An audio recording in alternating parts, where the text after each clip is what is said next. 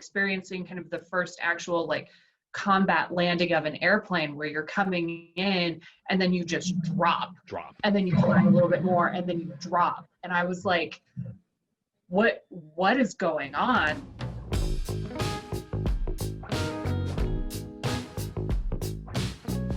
Hi everyone, welcome to the Scuttlebutt. I'm your host, Sean Hall, the Director of Programming with the Veterans Breakfast Club.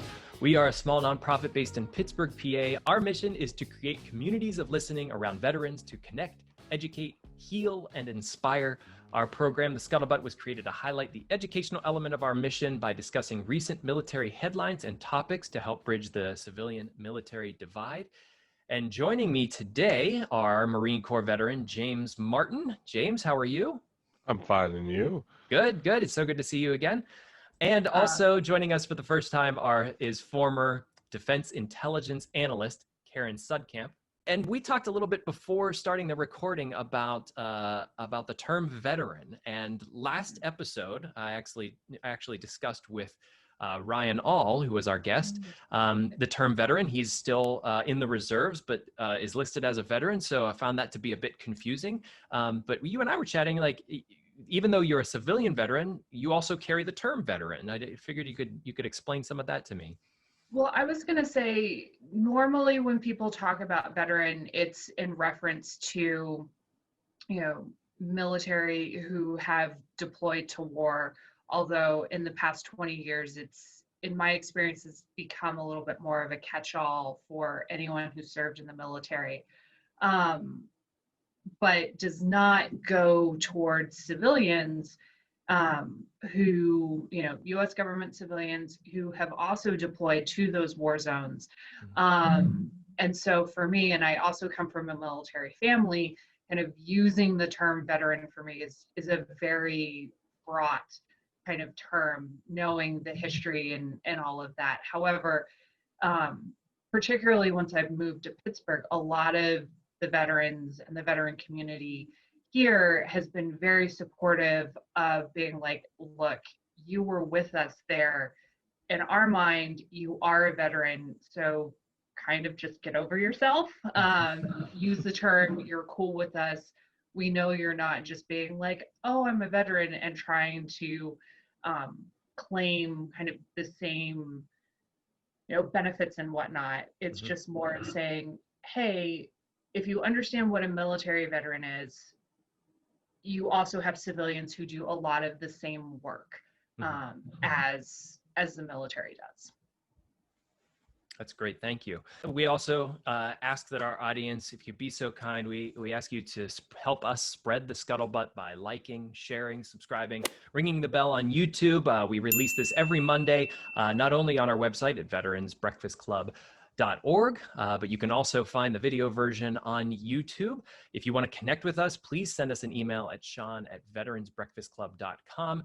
And you'll find out why we have Karen on the program in just a little bit, as our main topic today will be Afghanistan at 19. But first, we want to start with our mail call.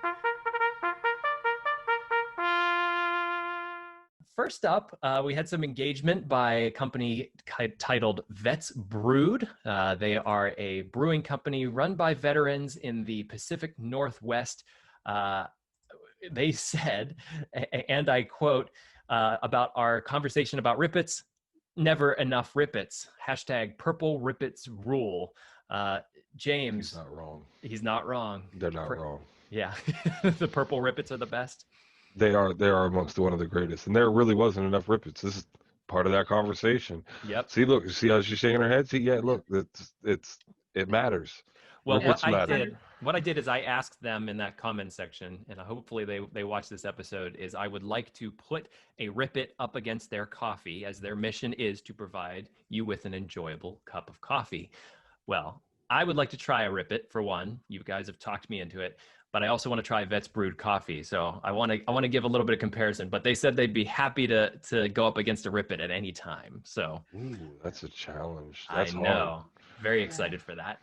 I was going to say, Sean, you're very brave for trying Rippets. They quite frankly terrify me, as do all energy drinks. So More power to you for wanting to delve into that part of our more recent history. I figure I haven't lived yet until I try a Rip It, hearing how everyone sort of reacts to it. But also, when you're up at 6:30 with a 9-month-old, you're like, I really need something to like give me as much energy as this little being that is now like scooting and rocketing all over my floor. So True. let's see if a Rip It will do it. And look, he's still young. He can still take it. Yeah. Well, we'll He see. can still take it. We'll see. The heart palpitations, I can't do it no more. And our other little bit of mail comes from a longtime partner of the Veterans Breakfast Club, Andy Niggett, who is a veteran of the Vietnam War and a Purple Heart recipient. He listened to our conversation about the Army changing from the shark attack over to the first 100 yards. And he had this to say. I will briefly comment about the Scuttlebutt program pertaining to boot camp shark attack versus the 100 yards philosophy, old school versus new school. Let me begin with my observation of Mr. James Martin's facial expressions. Shocking, bewildered, adamantly opposed, precious, hysterical, and so revealing. No poker face about how he feels about first 100 yards. Replacing the rigorous mental and physical shark attack training that completely breaks down a human being to mold, develop, and create a warrior killing machine can only be achieved by the shark attack versus a cognitive, intellectual, academic, book learning, gentle, cradling, sensitivity philosophy. Objective of boot camp is to create a survivor, not to prepare or initiate a person who is pledging a fraternity, sorority, or social organization. He goes on to say, I concur with Mr. Martin. This would be detrimental and extremely dangerous to anyone who is experiencing combat. Just my personal reaction. Did that sort of sum up your thoughts as well, James? That was probably a lot better than I could have said it in any writing. I like that.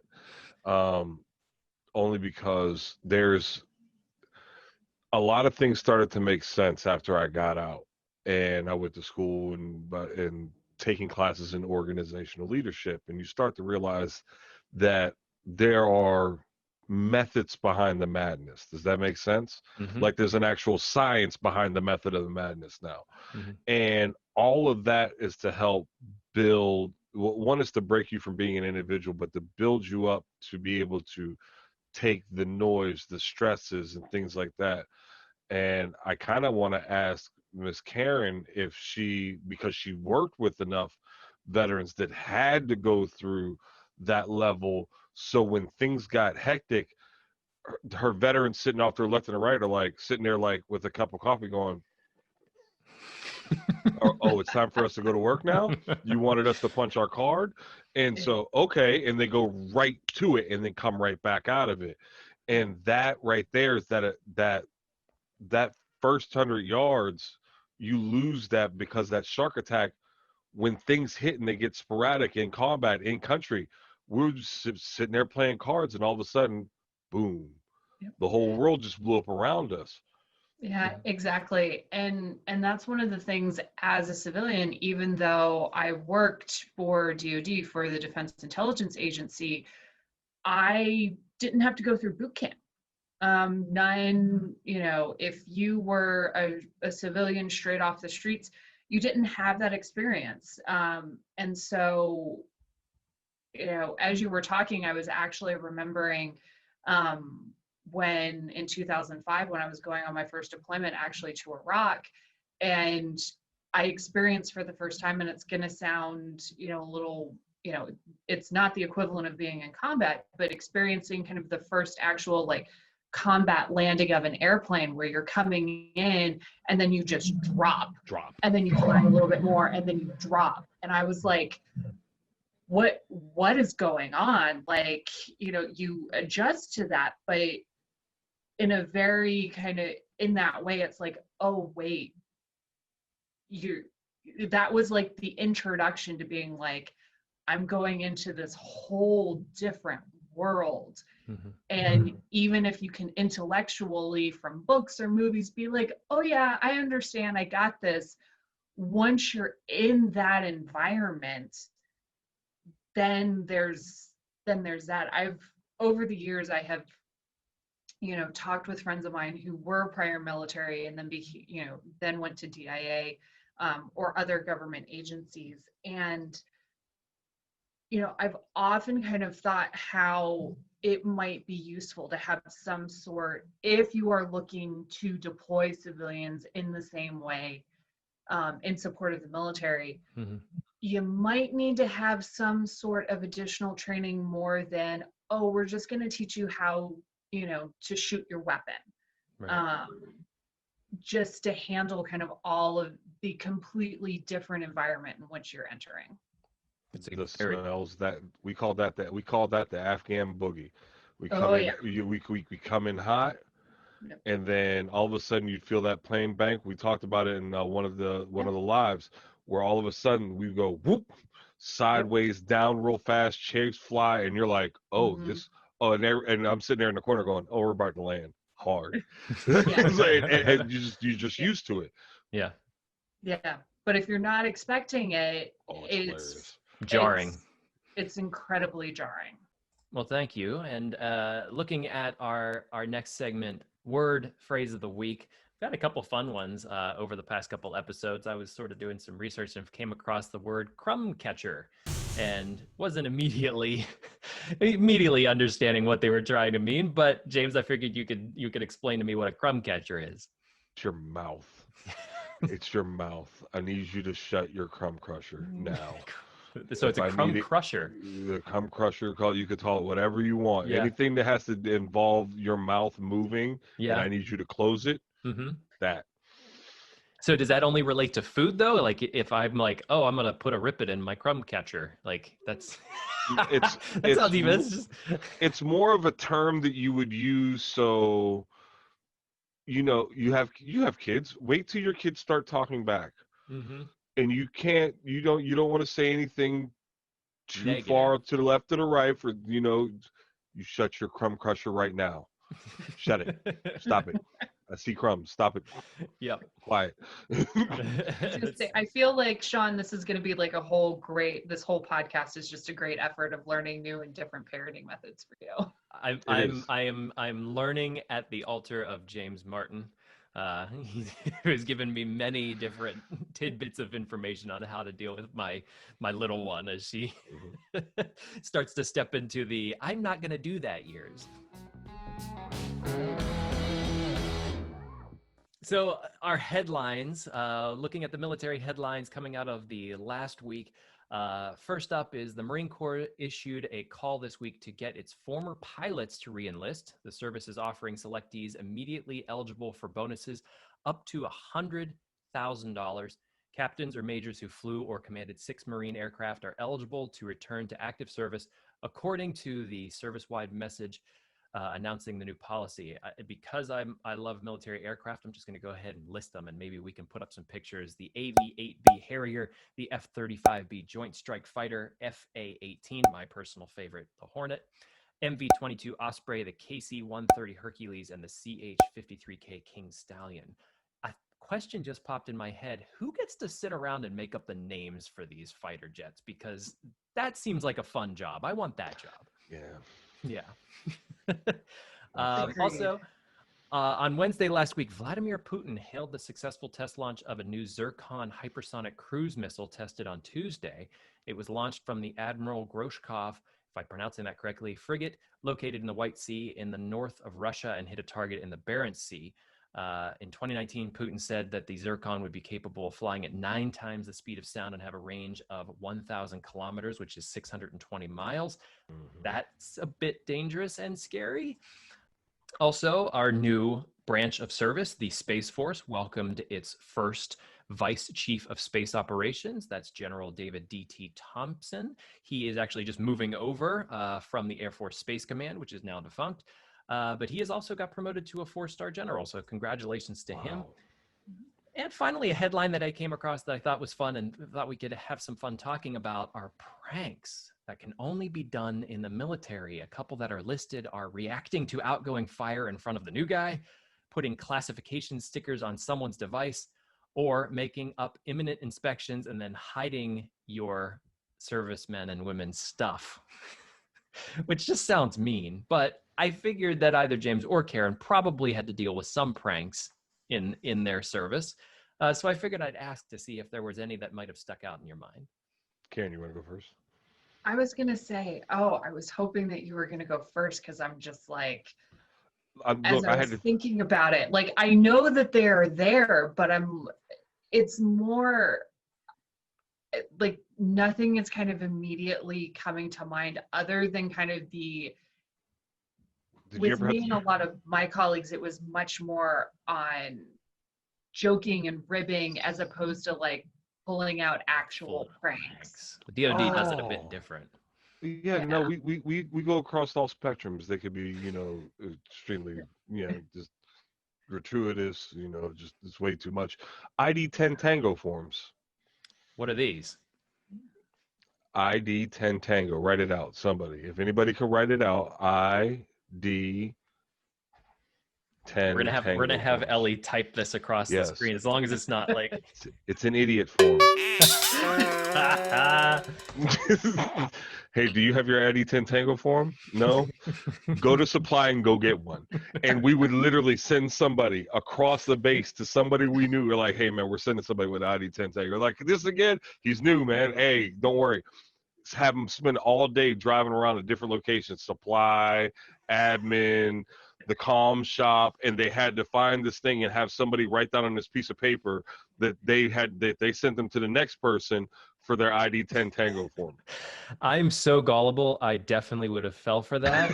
And our YouTube viewers could probably tell how red I got, being like, why didn't even think of it. Keys to the we did keys to the Humvees, blinker fluid for the Humvees Yeah. because Humvees don't have keys. Blinker fluid, really blinker fluid, Yeah. and it worked. Oh, you ever seen a military map? Grid squares, right? Mm-hmm. Mm-hmm. We used to ask them where their grid squares were, And what? and have them look for grid squares because we cut up little maps and just hide grid squares all over the place. So this way they would think that we were playing with them, and all of a sudden we could pull out a box of grid squares and be like, "Look, we have it. Where's yours?" And God, I what love else? this. The ranking system when you look at it, E6, E7, Mm-hmm. our radios, PRK. We used to call it a prick. Yeah. So you have to look for a prick E6. Go ask that staff sergeant over there, or that chief, or that petty officer. Basically, you were calling him out his name, and he's going to get mad. And these are the pranks those are the safe ones. Right. Oh, wow. I Safe. guess when you get a bunch of guys together, shenanigans ensue. Shenanigans do ensue. We used to Yes. have a sign that said, "Don't come and play with us. We're like Milton Bradley. We're Mm. full of games. We're full of games." I'm going to want to hear more about pranks in future Scuttlebutt episodes.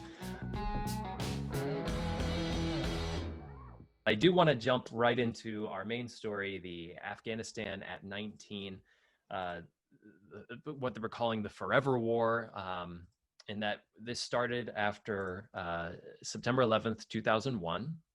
Recently on Veterans Breakfast Club Live, we talked about the beginning of the Afghan War, which is October 7th.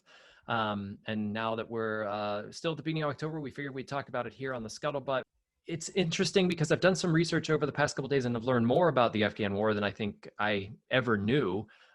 Sort of the timeline, the highlights as we went through, it seems like we came in very fast, removed the Taliban. We started to set up a sort of, in a way, a peace process, making sure that the extremists were out. Iraq war started, that pulled a lot of our resources away from the country. We instilled a president. There was democratic voting. And then there was just a lot of policy, a lot of different outposts we had. There was still violence happening, and it still is today. And there was a surge late in the 2000s, early 2010s. We've since cut that back. And now we're looking at potentially pulling all of the troops out, as the president has now said in a headline that I've noticed this morning, that he wants to have all of the troops out by Christmas 2020. So that's coming up very shortly, and hopefully, you know, this is all done well, and we have instilled a government and have peace talks that are currently happening in Doha, Qatar. Mm-hmm. So this is a long process. I'm obviously shortening this down extremely, but what I wanted to do was get sort of an idea of your experiences in Afghanistan, where you think the country is now. Are we making the right choices? But let's start, Karen, with sort of what your experiences was in Afghanistan, and what your job responsibility was, if you are able to talk about it. Absolutely. So at that time, I arrived, actually, it's really funny. I was looking at Facebook the other day and noticed that, exactly, I was there 2008, so late 2008, early 2009. So exactly 12 years ago, I was packing my duffel bag to go to Afghanistan for that deployment. I was based in Kandahar, doing providing intelligence support for special operations forces. And so, however, I was there during the winter, so there wasn't a lot of activity going on, but there was a lot of preparation of trying to understand the networks in the South, what they were doing, why, and all of those kind of different aspects of it to then help prepare for, once winter was over and operations could resume. Are the winters there particularly bad? Well, Afghanistan in general is a very mountainous country. And it's not, and I'm not, dissing the Appalachians or anything, but these are more like the Rockies, if not bigger in terms of the sense of just winter and the ragged nature of it. And I'm sure James may have some more thoughts and experience from his deployments, but particularly for special operations, they were focused on senior leadership, whether it was the Taliban or the Haqqani network or some of the various different insurgent groups within Afghanistan, and then also Al-Qaeda senior leadership, who were focused and based in the mountains along the Afghan-Pakistan border. So when winter comes in,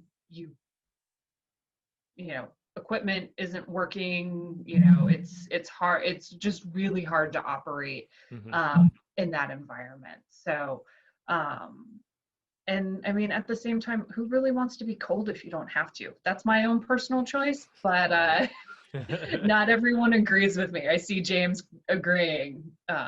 James, did you primarily, when you were deployed there, were you primarily operating in the South as well? It seemed like that's where a lot of the hot spots were still happening. I got lucky. It was lucky, depending on how you look at it. We were in the Helmand province, so we were right up underneath Camp Leatherneck. We were doing security details for that, and then I was able to go around from different bases, so Kajaki and a few others here, there, and everywhere. But we provided security. This is 2012 when we went, and it was hot outside, so we got there right as the poppy was starting to bloom. So you had all the pink fields. It was really, really pretty and such. But as soon as the poppy dried and the fields were clear, it was game time. Yeah. Literally. So when she got there and it was wintertime and it was cold, especially up in the mountains, because the mountains were rugged. Like it was almost like you look pictures of the West as almost like the Oregon Trail, when you're looking at all the mountains and there's nothing there, and it's just mountain after mountain, and nothing's paved. It's just wild out there. And then where I was down further south, it was flat, but it was still cold. They still had their harvest season, but after harvest season went, it was time to go to work, because that's when things really popped off. So was it really difficult working with all of the factions? There are so many different tribes, and you're talking Al-Qaeda, you're talking Taliban. You're working with and against many different pieces here, and I'm interested to hear how intelligence worked with like the Marines on the ground, and how intelligence gathering was done, and then sent back to base, and then scrubbed, and then put back into play to make the next mission or the next objective. Well, I was gonna say, I mean, a lot of that. Oh, I'm just trying to think of the easy way to do that. So like, you have, of course, multiple sources of information coming in, whether it's from national level agencies, or each unit also would have their own ability to provide analysis, but also have collectors as well based on what the commander's priorities are, which generally are to protect the force and go after the bad guy. And would these collectors normally have, the collectors would have an easier time in the winter, maybe? Is it like that's the intelligence gathering time? I mean, I think it generally happened year round. I mean, the thing about collection is you're always trying to get more information. And so as my job as an analyst, I would regularly talk and meet with people, with the collectors who would then go out, thinking from a human collection or a human, so human intelligence standpoint. They're going out and talking with their sources and gathering that information. We would also be able to leverage information through technical means. So, various different communications. We would, also at times, and this is primarily a fighting season type of thing, but if there's anything coming out in social media, is also a source of open sources. Every once in a while, whether it's imagery or, full motion video pulled from drones, there's just a wide variety of information that intelligence analysts are able to pull from. And then based on knowing whether it's Marines or special operations or the Army, whatever kind of their objectives are, your collection is focused on that. And so then you're able to help paint the picture of, who the bad guys are, where they are, what their pattern of life is, and then, just kind of hand it off and say, all right, now it's your turn. And then, if detainees are brought back in, you can also talk with them to further, develop, future operations and things like that. Yeah, moving on to you, James, responding to that. So you would get the intelligence in your division, your company unit? Yes. So in my unit. So what was funny was, so she's looking at the big picture. We were the collectors for her. So we had female engagement team, FET teams, which worked out more often than not. The females knew a lot more than the men do, or they're angry enough to talk, but they're not going to talk to a male. So we had the females out there thick and thin. And we had that. We had drones. We had cameras. We had biometrics. If we rolled over an IED, whatever we could scrap from it, so this way they could look at fingerprints, wiring, anything that started to match other things. We had input systems that we had to do. This deployment in comparison to my other two was completely different because I wasn't shooting that cannon this time. We were literally on the ground doing the work. And it was interesting. It was definitely a different speed of the game. A lot of things we just had to wait on, or we had to gather the intelligence on, or work with other units or other countries, because Camp Leatherneck had British there, and with them they didn't have the same rules of engagement. They didn't have the same playbook we had to play by. So they were allowed to do things that we couldn't. So I was able to get intelligence from them, pass it up, or work in connection with, hey, we can't do XYZ. Sorry, we just can't. We're not allowed to. Our rules of engagement says we can't, but you can. And I got some intelligence that says that we need to look over there, but we can't. Ooh, go. do And that. then they came back and they're like, yo, you weren't wrong. What you thought was going on was what was going on here. Now send it up to her. And then all of a sudden we got planes coming in going, I wonder how they knew where to go. Yeah. It's like Magic. it's magic. I don't know. And so So it worked. It worked that out sort of real well. yeah, that sort of speaks to the ideal of what, we have intelligence and we have the ground forces, and as long as everything is working in sync, we're figuring out where the enemy is, what their patterns are, and then right back to the ground forces and able to engage in a successful manner. Mhm. And to start a discussion, do you feel like that was achieved a lot of the time? Was it difficult to achieve as you're working with different units? Was there too many roadblocks as that information is sort of passed around? I mean, in my experience, I would say it generally worked. But I mean, but then again, there's also kind of like a very day by day type of element to that and who you're working with. And a lot of it is also based on a lot of personal relationships and networks. Mm-hmm. And, Yes. when there were times where, kind of how James was talking about, like US rules of engagement, weren't working for him, but then he went to the Brits. Like there were a number of times where, I was kind of like, kind of talking to, whether it was another analyst or a collector, being like, hey, can we do this? And whether they were busy or whatever what led to the no, then, I'd be like, okay, well, who else can I talk to? How else can I get this done? Because achieving the mission is just incredibly important. And that's, I, for me, part of the reason why I wanted to go into intelligence was to be able to support the warfighter. And so for me, that was just an incredible motivator, no matter which deployment I was on, because I've also been to Iraq and Jordan, in order to accomplish the mission and be able to allow, the soldiers, Marines, airmen, sailors to be able to do their job. And at the end of the day, that's all I really cared about. Of course, within legal parameters. Yes. And that right there was the hard part, was okay, our hands are tied.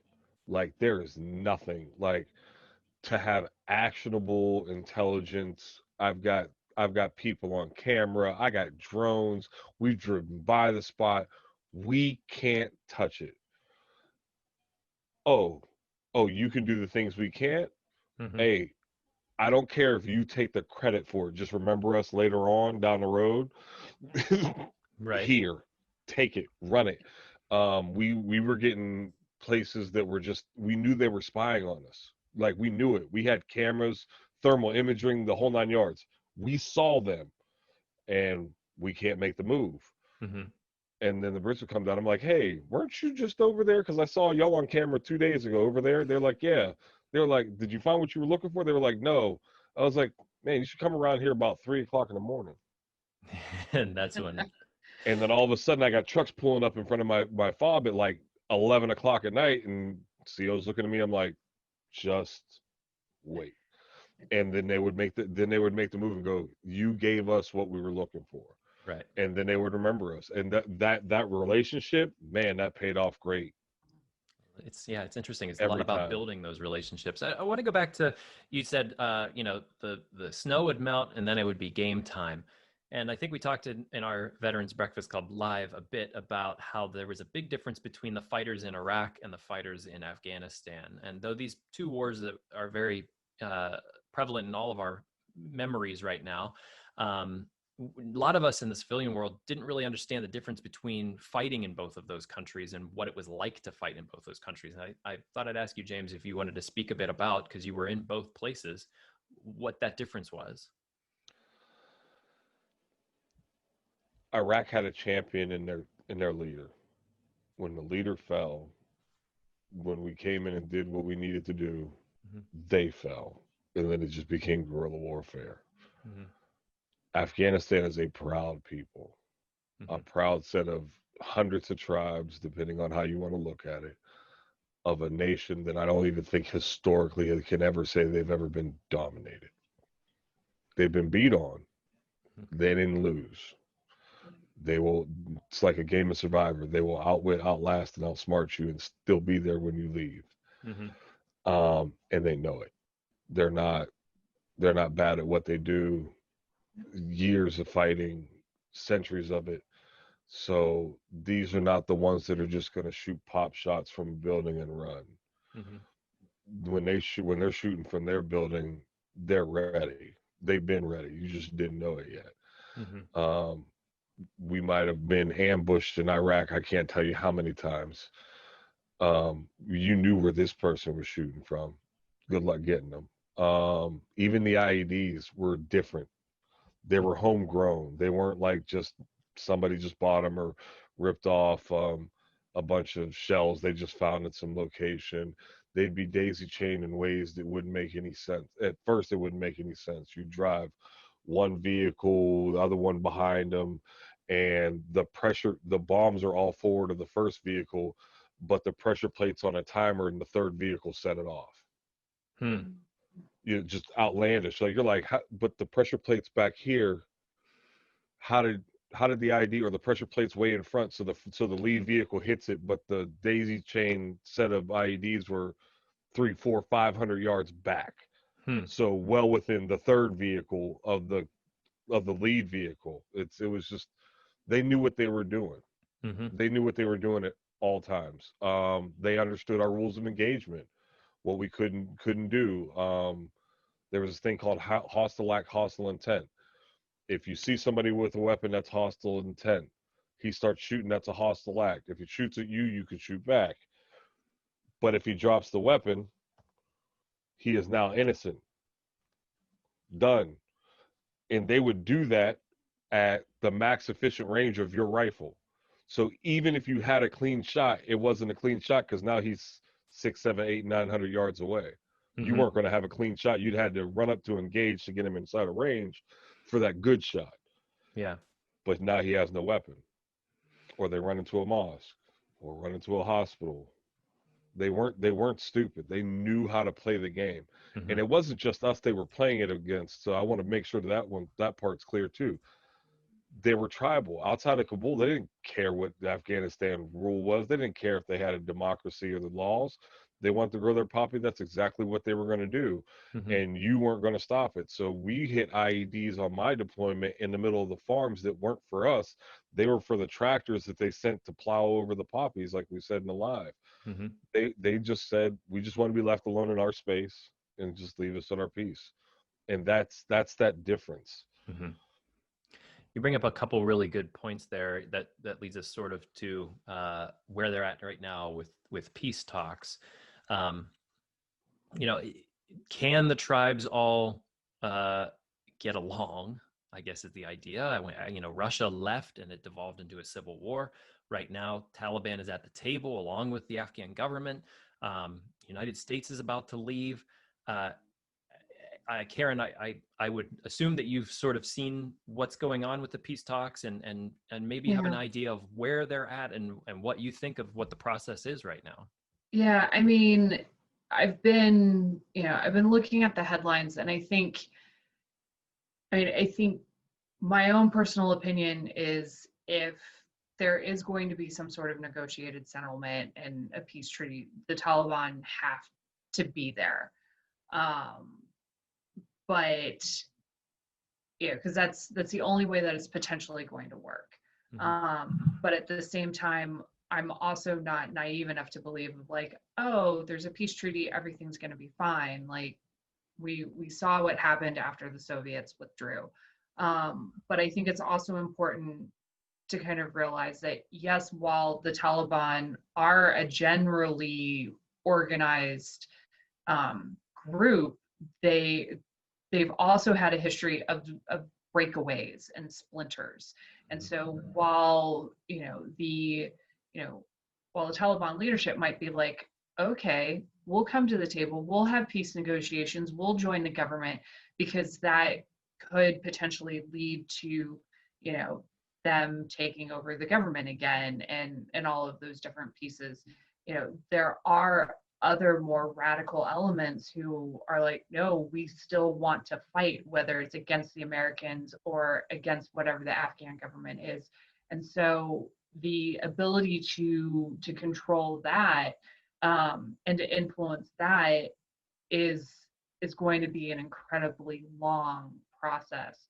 As James was talking about, Afghanistan has not been dominated. It's been called the graveyard of empires, going all the way back to the British. Like, they are incredibly proud, incredibly fierce fighters.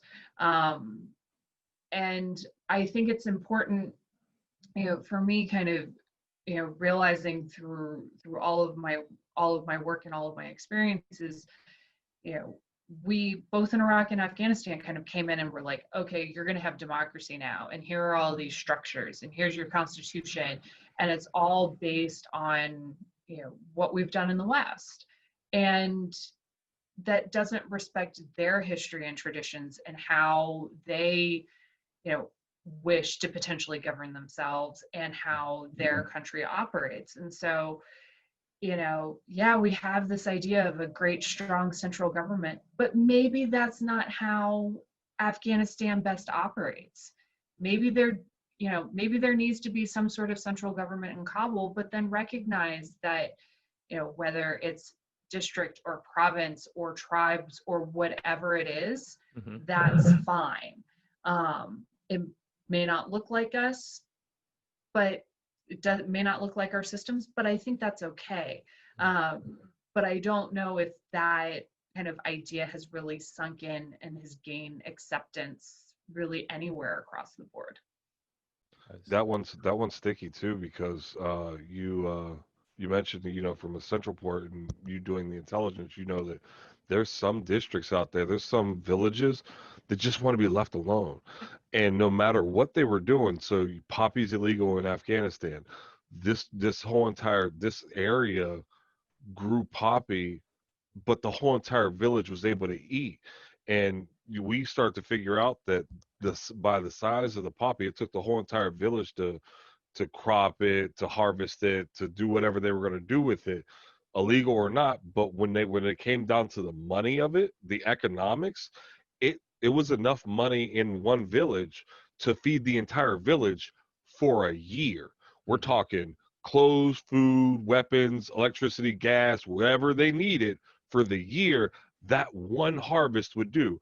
How do you go as a country, go into another country, try to put in a government that didn't care whether they had it or not, or maybe been part of that trade, and then tell that village they have to do the same thing when that's how they've been eating for longer than I've been on this earth? Yeah. It's a very sticky situation. Very sticky. And I think part of what I read is that the United States wants the Taliban to not harbor terrorists, not have extremists.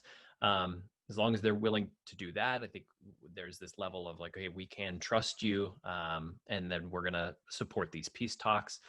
I think it's, like you said, it's a very interesting situation. It's currently developing. We'll have a lot of links in our Read More section to look at not only the history of Afghanistan throughout our war there, but sort of where the peace talks are at this point. And one thing that I did notice this past week, two interesting headlines. One was that there are now sons of American servicemen who are serving with their dads in this same war. And I found that to be, one, incredible, but amazing on the other side, where the New York Times had another article about the other side, that there are Afghan sons and grandsons and great-grandsons that are still dealing with the wars of their family. So though America has been there for 19 years and we now have a generational war, it kind of pales in comparison to the generational war that Afghanistan has been in.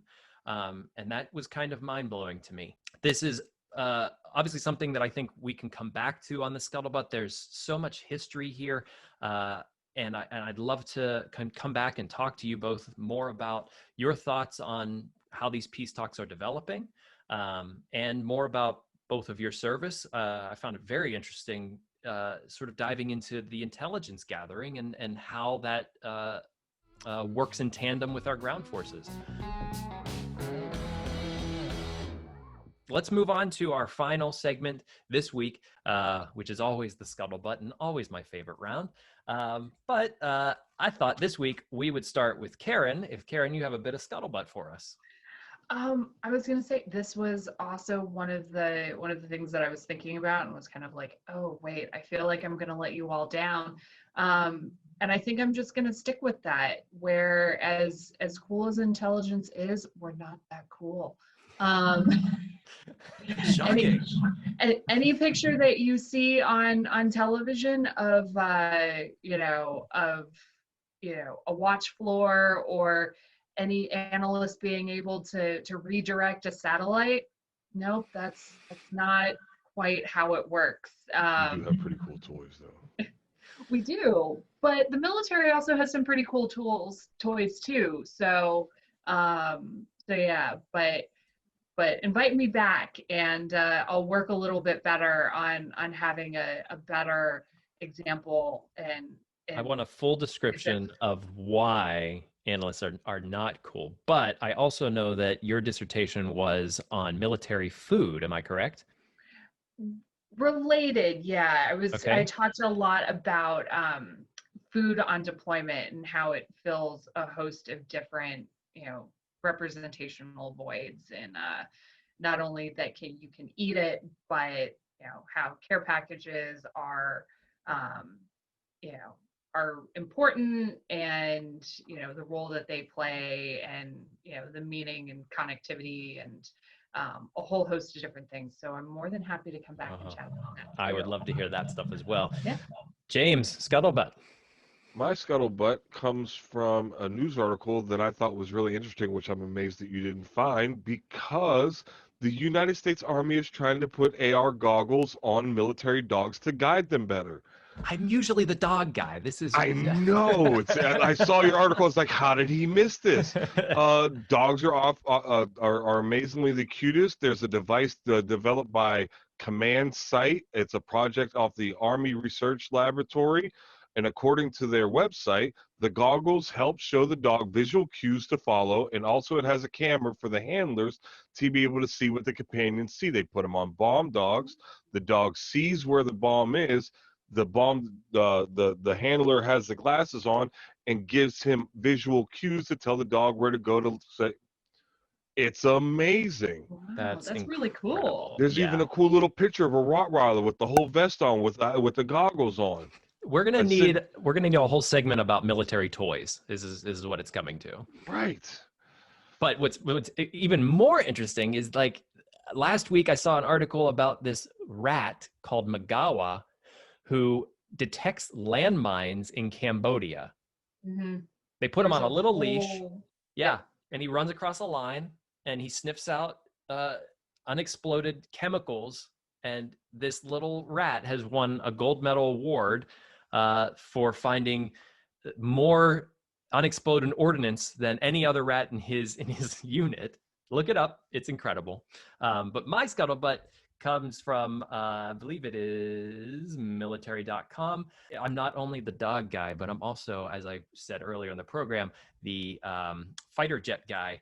And I found that the reason why the Chinese are unable to hack our F-22 Raptor, again, cool name, is because it runs on an 83 vintage IBM software, which is 35 years old. One of the more advanced fighter jets on the planet runs on technology 35 years old. Well, it was advanced technology when it was built. And I just finished a project kind of looking at technology and our acquisition system. And it's very fascinating realizing how long it takes some of these weapon systems to be developed, built, tested, come online, and the implication, like the technology implications of that are quite astounding. I was going to say, I have to run. So Karen, thank you for joining us. So much. Thank you for having me, and looking forward to being with you guys in the future. Bye. Thanks, Karen. And with that, we will say goodbye for this episode. James, thank you as always for being a part of the fun and festivities of the Scuttlebutt. We ask that you like, share, subscribe, comment, connect with us in any way that you know how. And if you can download and rate us on your given podcast app, we'd appreciate that too. So until next week,